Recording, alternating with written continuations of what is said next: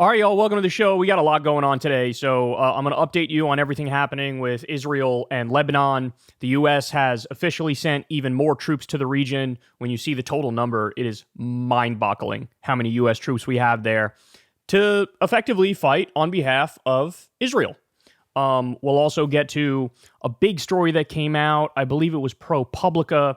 It describes how Anthony Blinken and the Biden administration outright lied to protect Israel so they can continue to flat out starve Palestinian civilians. It does not get more loathsome than that story. A lot to say about that. Trump and Vance have been criminally charged for aggravated menacing, among other things. I'll give you the details there. Trump absolutely crumbles into a word salad failure in an interview the other day. And also he is looking very moist. Very moist. He's got a weird thing going on with his skin. You'll see that. And then we also have the dumbest and worst and most conservative and corrupt Democrats in America. Of course, I'm talking about Joe Manchin and Kyrsten Sinema, although I think they both just recently left the Democratic Party, right? At least one of them did. At least one of them became an independent. But anyway, Kamala triggered a furious meltdown and tantrum from them, and you're going to love the reason why. It's because Kamala said something that was super based. And then Alex Jones and InfoWars, all of their stuff is now going to be liquidated, and we'll get to Hillary Clinton and her vicious smears of pro-Palestine activists. So we got all that and much more. You guys know the drill. Everybody do me a huge favor and subscribe to the channel below. We're trying to get to 10 million subs, and of course that takes a while. And by the way, thank you to everybody who supports the show on Patreon. We couldn't do it without you guys. Remember, we don't take any shady billionaire money. We don't take any money from foreign governments. We're all about small dollar donations from you guys and the default ads on YouTube. And I got to be honest, with these default ads on YouTube lately, man, they're really knocking me with a lot of demonetization over certain issues, because obviously we cover a lot of spicy and dangerous type issues that, you know, brands don't want to be associated with. So anyway, hook a brother up with some Patreon support if you can, or tip on YouTube. If not, I still love you. Without any further ado, let's go ahead and jump into it. So let's start with this. This is a big deal, and I don't see this being talked about nearly enough. So the Associated Press says, U.S. is sending more troops to the Middle East as violence rises between Israel and Hezbollah. The U.S. is sending, they say, a small number of additional troops to the Middle East in response to a sharp spike in violence between Israel and Hezbollah forces in Lebanon that has raised the risk of a greater regional war, the Pentagon said Monday. Just to be clear, the framing in this first paragraph is such chicken shit because they're very passively describing it, but you want to know the reality? Of course, it's Israel that's unleashing the gates of hell on top of the head of Lebanon, but they're describing it as, bro, violence just sort of organically broke out. Who's to blame? We don't know, bro. We can't even say, bro. Like, this is what they're doing. It's already weaselly. Major General Pat Ryder, Pentagon press secretary, would not say how many forces would be deployed or what they would be tasked to do. The U.S. now has about 40,000 troops in the region. On Monday, the aircraft carrier USS Harry S. Truman, 2 Navy destroyers, and a cruiser set sail from Norfolk, Virginia, headed to the 6th Fleet area in Europe on a regularly scheduled deployment. The ship's departure opens up the possibility that the U.S. could keep both the Truman and the aircraft carrier USS Abraham Lincoln, which is in the Arabian Gulf, in the region in case more violence breaks out. In other words, if Israel keeps attacking Lebanon aggressively and defensively, and Lebanon responds because they have a right to defend themselves, we want to make sure we have 40,000 U.S. troops in the region and, massive ships and aircraft carriers and destroyers so that we can fight a war on behalf of Israel. That's the reality of what they're saying. 40,000 U.S. troops in the region. Did I ask for this? No. Did you ask for this? No. Did the American people ask for this? No. Did they vote on it in Congress? No. 40,000 U.S. troops and a lot of our Navy just sitting there waiting to be the attack dog for a psychopathic, genocidal freak like Benjamin Netanyahu. This is insane. This is insane. All right, let me give you more.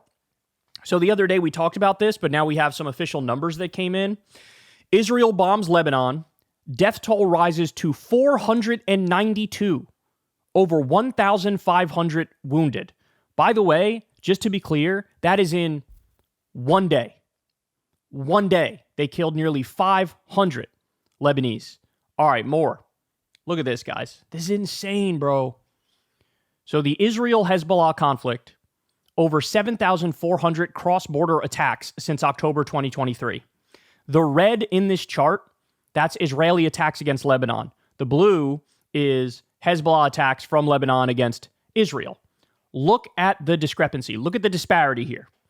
So the original source is the Armed Conflict Location and Event Data Project. And as you can see, Israel is firing way more into Lebanon than Hezbollah is firing at Israel, right? Now, a lot of that is the disparity when it comes to the power, because, of course, Israel's backed by the world superpower, the United States. They have endless money. They have endless weapons. We keep providing it to them. But I just need you to understand this. When the argument is made repeatedly, bro, Hezbollah's the one being aggressive. Hezbollah's the one that's going on the offense. If Israel stopped doing a genocide in Gaza today, the attacks from Hezbollah stop today. We already saw it with the Houthis. They had a temporary pause in fighting that they agreed to at one point. And then immediately, the Houthis stopped going after Israel, stopped seizing the ships from reaching Israel. So we know the answer. This isn't complicated. This isn't like, oh, some nuanced geopolitical strategy stuff. No, just stop doing a genocide in Gaza, and any Hezbollah response attack stop today. Any Houthi attacks or seizing of ships stops today. But no, they keep portraying it as, oh my God, Hezbollah is being aggressive, and us, poor Israel, we're just defending ourselves, as we launch attack after attack after attack in Lebanon. By the way, more, look at this. This is the deadliest day in Lebanon in decades. So the daily deaths during the 2006 Israel-Hezbollah war, you can see there wasn't a single day where there were over 100 deaths. Wasn't a single day. But here we have, apparently according to this source, this is Human Rights Watch, United Nations Human Rights Council, Lebanon's health ministry. I thought it was 492 dead. According to this source, it's 558 people killed in a single day. So the single deadliest day in Lebanon in decades. This is what Israel is doing. Guys, I warned you that we were going to have an October surprise where Netanyahu was going to more forthrightly and outwardly attack Hezbollah in Lebanon and or Iran. And his goal here is drag the U.S. in, have them fight the war for us. He knows that a war of this nature would hurt the Democrats because they're in power, and it would help Trump. He wants Trump to get a second term. He's not hiding that. It's a fact of reality. And what has Biden done? Hasn't cared. Here's been his response. Oh, he's a fish on the hook. He's like, I'll send 40,000 U.S. troops to fight for you. I'll go to war for Israel. Well, as I've pointed out, Democrats are rat-fucking their own election in that case, because there could be consequences. Guys, this is not a war that the American people are going to support. When it came to Iraq and Afghanistan, you had months and months and months and years for Iraq in propaganda buildup where Americans were ready, like, okay, yeah, we think Saddam Hussein is responsible for 9/11 and work with Osama bin Laden and he has weapons of mass destruction. Go get his ass. I mean, the war had massive support early on. Everybody knows, even with the shitty job Western media does covering what's happening in Israel and Gaza and Lebanon, people want a ceasefire. They think Israel's the problem. They think Israel's the aggressor. They see all the videos of babies with limbs torn off being pulled out from underneath rubble. So they know that. So you're not going to be able to just, hey, yeah, we're going to fight a war on behalf of Israel, and then your approval rating doesn't take a hit. Biden's will, and by extension, Kamala's probably will too, and it helps Trump. But they can't help themselves. All right, so now this one pissed me off beyond imagination. So as Netanyahu is repeatedly going on the offense and killing people in Lebanon. By the way, of course, you're not going to be surprised to learn, massive numbers of civilians. Just like with Gaza, same thing. They don't care. They view just a regular Joe Schmo in Lebanon as guilty enough. In the same way, they view a Palestinian child as guilty enough. They think, hey, that's a future terrorist, so just who cares? Kill him. right? They're openly discussing total annihilation of the Palestinian people in Israel. Okay, so Netanyahu comes out and he delivers this message for the people of Lebanon, supposedly the people of Lebanon. Listen to what he says. I have a message for the people of Lebanon. Israel's war is not with you. It's with Hezbollah. For too long, Hezbollah has been using you as human shields. It placed rockets in your living rooms and missiles in your garage. Those rockets and missiles are aimed directly at our cities, directly at our citizens.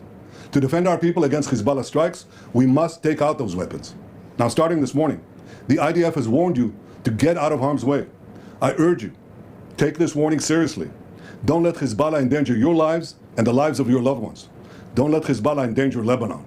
Please, get out of harm's way now. Once our operation is finished, you can come back safely to your homes. Where have I heard that before? Where have I heard that before? Oh, that's right. This is exactly what happened in Gaza.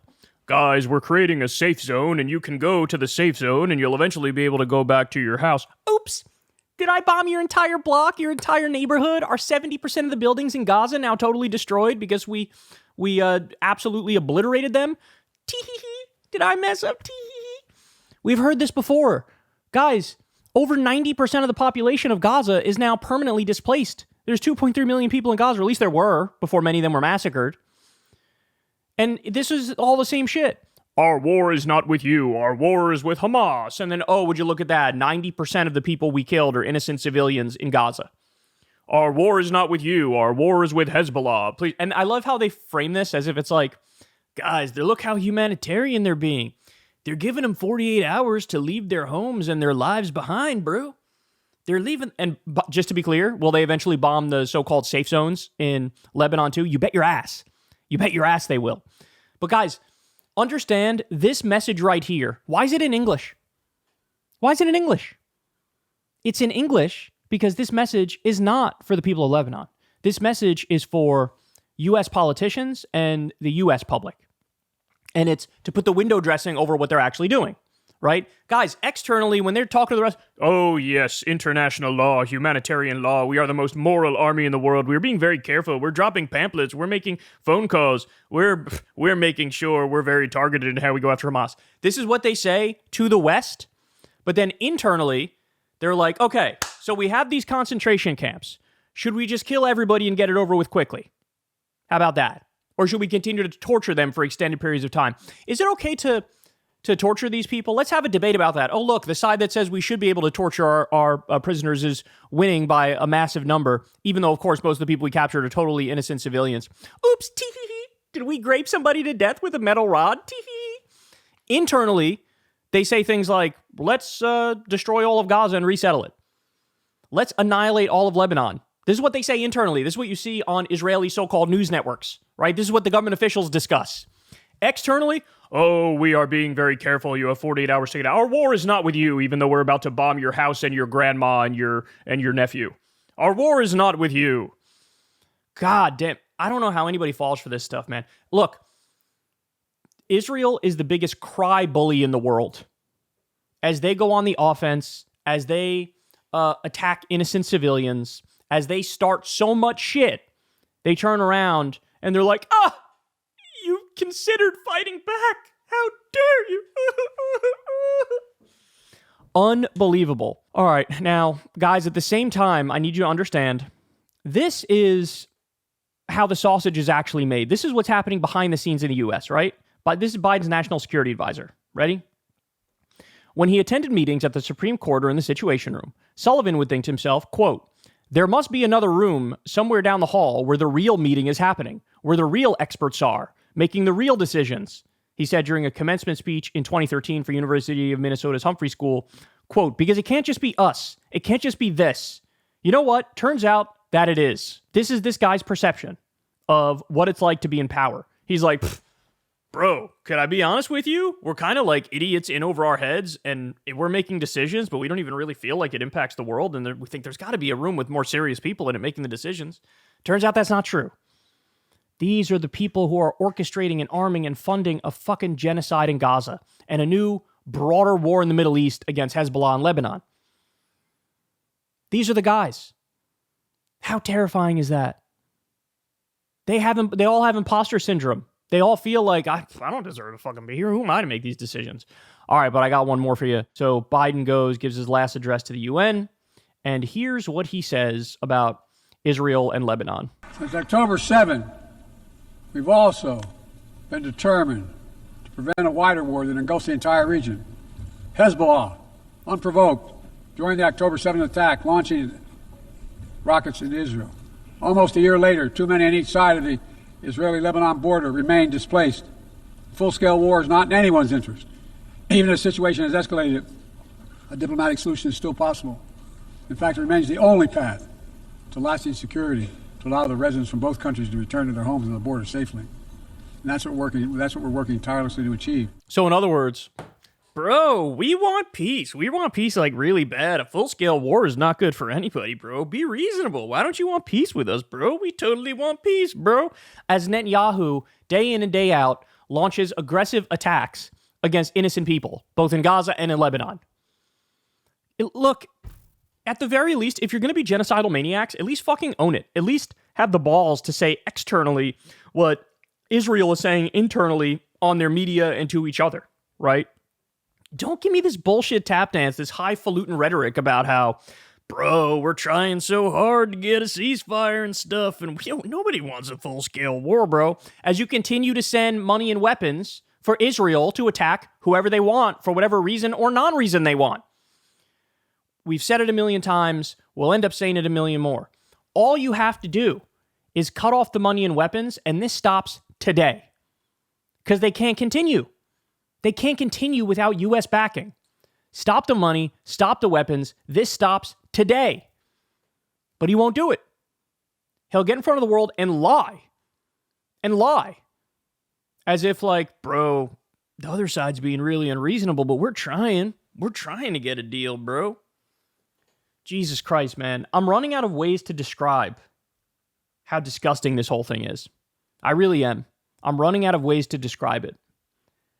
Because I've never seen such a clear example of somebody who's being aggressive and offensive and purposely killing civilians and trying to get into deeper shit, while at the same time turning around to the world and playing the victim and pretending like they care about peace and it's the other side that's against peace.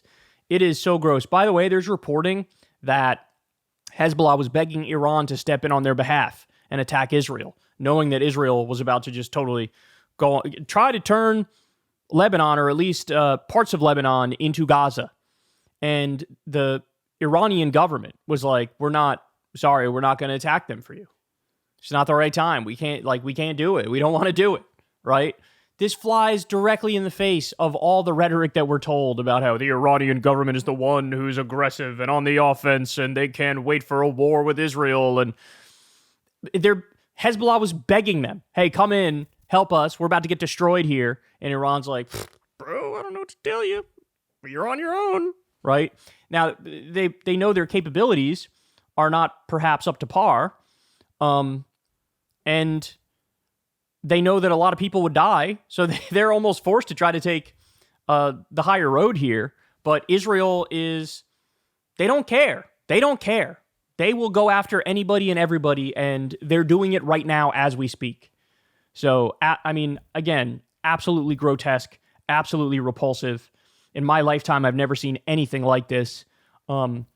This puts the Iraq war to shame in terms of all the purposeful targeting of innocent civilians. There is no plausible deniability anymore. They are just going after women and children, laughing about it as they do, casually bringing up annihilationist rhetoric. And Biden the whole time is playing this game. I'll keep sending them money. I'll keep sending them weapons. I'll keep pretending like we're the ones who want peace, even though we're not. Hey, y'all, do me a favor and like and subscribe. It helps out big time in the algorithm. Click the bell as well for notifications when videos drop. And watch that video on screen right now. You know you want to.